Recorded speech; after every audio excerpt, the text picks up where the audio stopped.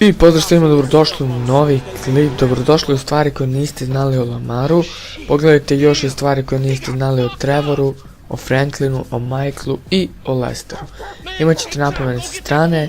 Pre nego što počnemo, bilo bi super da bacite like na klip, like na Facebook stranicu, kao i komentar, share, također i bacite subscribe kako ne bi propustili nijedan moj novi klip. Znači pogledajte stvari koje niste znali o Franklinu da bi bili upućeni u neke stvari. Kogod je igrao GTA 5 upoznao je Lamar. Lamar Davis je jedan od deutragonista Franklina. Znači za one koji ne znaju, a verujem da većina ne zna, deutragonista je sportan lik. Tačnije, glavni lik posle protagonista. Ovdje su protagonisti Franklin, Michael i Trevor, a on je Franklinov deutragonista. Kao što je Roman Belić u GTA 4 Niku ili Sweet u GTA San Andreasu, to je Lamar u GTA 5. Lamar je najbolji prijatelj Franklina iz Chamberlain Hillsa.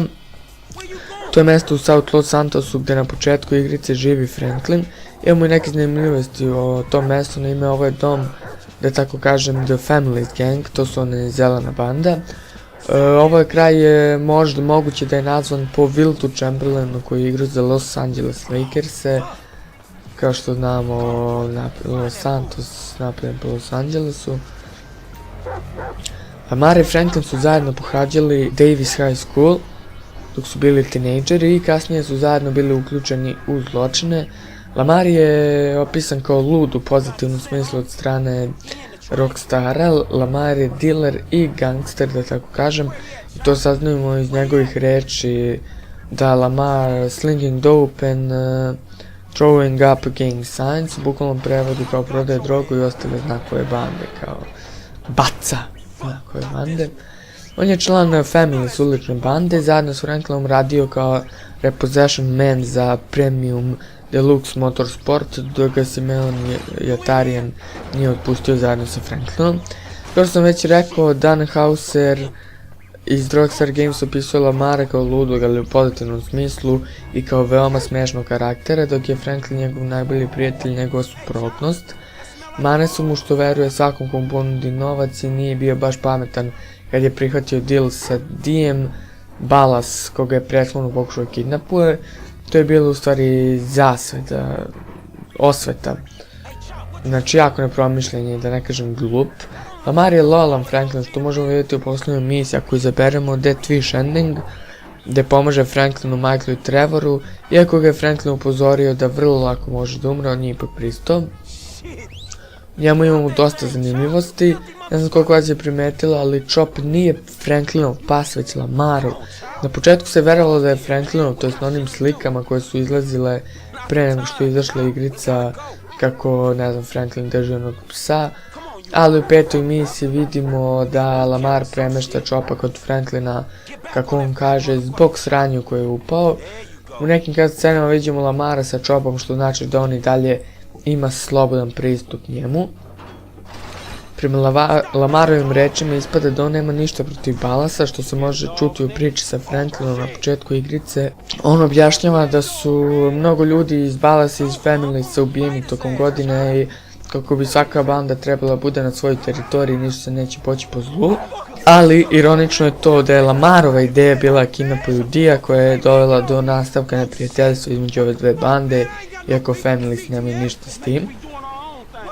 Lamar je jedan od nekoliko karaktera koji pravi referencu na neko od specijalnih sposobnosti protagonista.